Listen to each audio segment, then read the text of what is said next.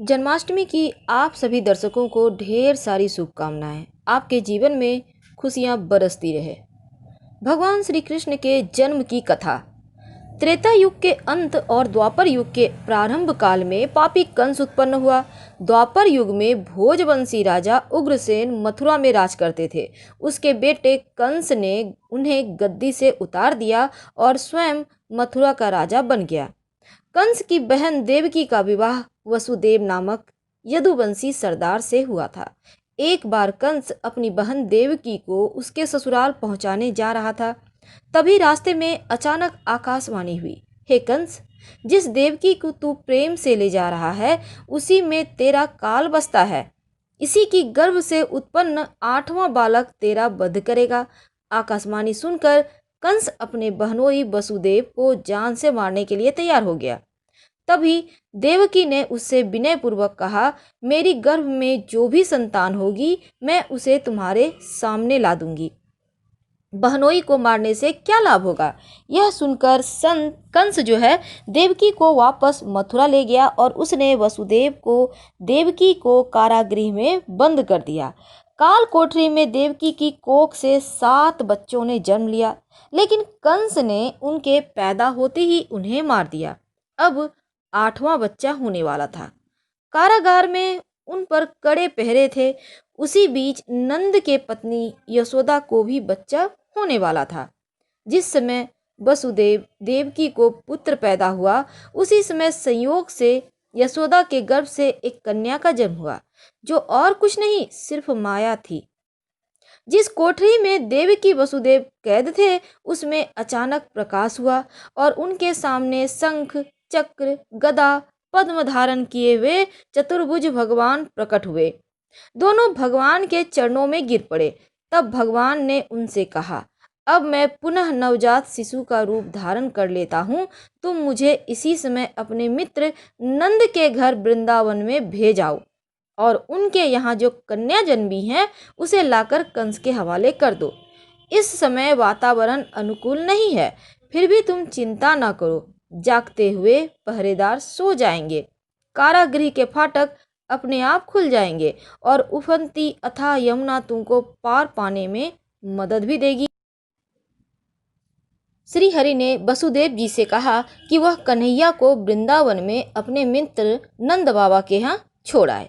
अब यह सब कुछ सुनने के बाद वसुदेव जी ने वैसा ही किया। वसुदेव जी ने जैसे ही कन्हैया को अपनी गोद में उठाया तो कारागार के ताले खुद ब खुद खुल गए। पहरेदार अपने आप ही नींद के आगोश में आ गए और फिर वसुदेव जी कन्हैया को टोकरी में रखकर वृंदावन की ओर चले। कहते हैं उस समय यमुना जी के पूरे उफान पर थी। तब वसुदेव जी महाराज ने टोकरी को सिर पर रखा और यमुना जी को पार करके नंद बाबा के घर पहुँचे। वहाँ उन्होंने कन्हैया को यशोदा जी के साथ पास रखकर कन्या को लेकर मथुरा वापस लौट आए। स्कंद पुराण के अनुसार जब कंस को देवकी की 8वीं संतान के बारे में पता चला तो वह कारागार पहुंचा। वहां पर उसने देखा कि 8वीं संतान तो कन्या है, फिर भी वह उसे जमीन पर पटकने ही लगा कि वह माया रूपी कन्या आकाश में आसमान में पहुंचकर बोली, हे मूर्ख, मुझे मारने से कुछ नहीं होगा। तेरा काल तो पहले से ही वृंदावन पहुंच चुका है और वह जल्दी ही तेरा अंत करेगा।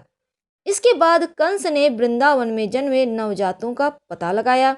जब यशोदा के लाला का पता चला तो उसे मारने के लिए कई प्रयास किए, कई राक्षसों को भेजा, लेकिन कोई भी उस बालक का बाल बाका नहीं कर पाया।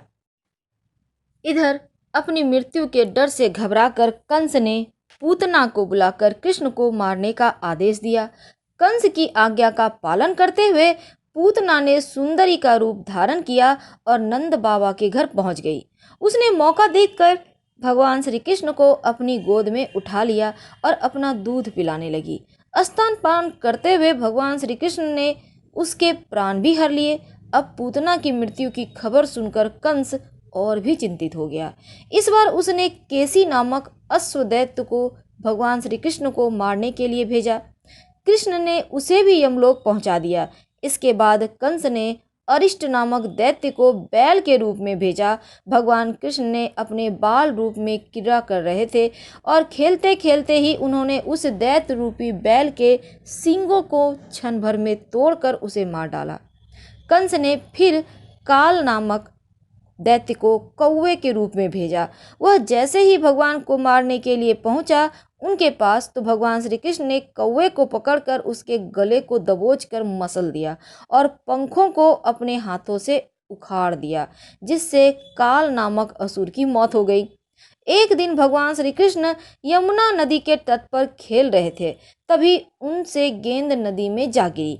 वे गेंद लाने के लिए नदी में कूद पड़े। इधर यशोदा को जैसे ही खबर मिली, वह भागती हुई यमुना नदी के तट पर पहुंची और विलाप करने लगी। श्री कृष्ण जब नीचे पहुंचे तो नागराज की पत्नी ने कहा, हे भद्र, यहाँ पर किस स्थान से, किस प्रयोजन से आए हो? यदि मेरे पति नागराज कालिया जग गए तो तुम्हें क्षण भर में भक्षण कर जाएंगे। तब कृष्ण ने कहा, मैं कालिया नाग का काल हूँ और उसे मारकर इस यमुना नदी को पवित्र करने के लिए यहाँ आया हूँ।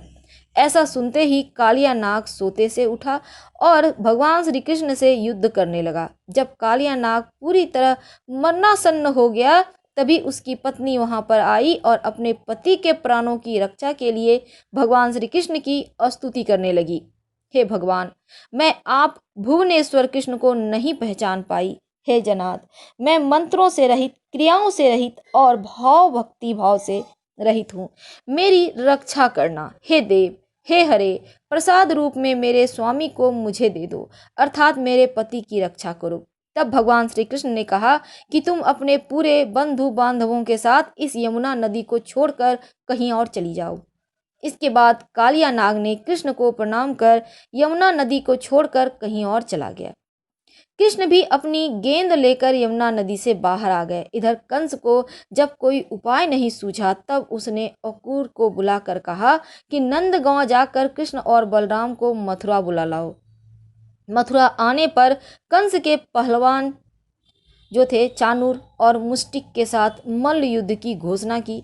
अखाड़े के द्वार पर ही कंस ने कुबलय नामक हाथी को रख छोड़ा था ताकि वो कृष्ण को कुचल सके, लेकिन भगवान श्री कृष्ण ने उस हाथी को भी मार डाला। इसके बाद भगवान श्री कृष्ण ने चाणूर के गले में अपना पैर फंसाकर युद्ध में उसे मार डाला और बलदेव ने मुष्टिक को मार डाला। इसके बाद कंस के भाई केसी को भी केशव ने मार डाला। वसुदेव ने मूसल और हल से और भगवान श्री कृष्ण ने सुदर्शन चक्र से दैत्यों को माघ मास की शुक्ल पक्ष की सप्तमी तिथि को मार डाला। और भगवान श्री कृष्ण ने कहा, हे दुष्ट कंस, उठो, मैं इसी स्थल पर तुम्हें मारकर इस पृथ्वी को तुम्हारे भार से मुक्त करूंगा। और यह कहते हुए कृष्ण ने कंस के बालों को पकड़कर घुमाकर पृथ्वी पर पटक दिया, जिससे वह मारा गया। कंस के मरने पर देवताओं ने आकाश से कृष्ण पर, बलदेव पर पुष्प की वर्षा की। फिर भगवान श्री कृष्ण ने माता देवकी और वसुदेव को कारागृह से मुक्त कराया और उग्रसेन को मथुरा की गद्दी सौंप दी। हर हर महादेव।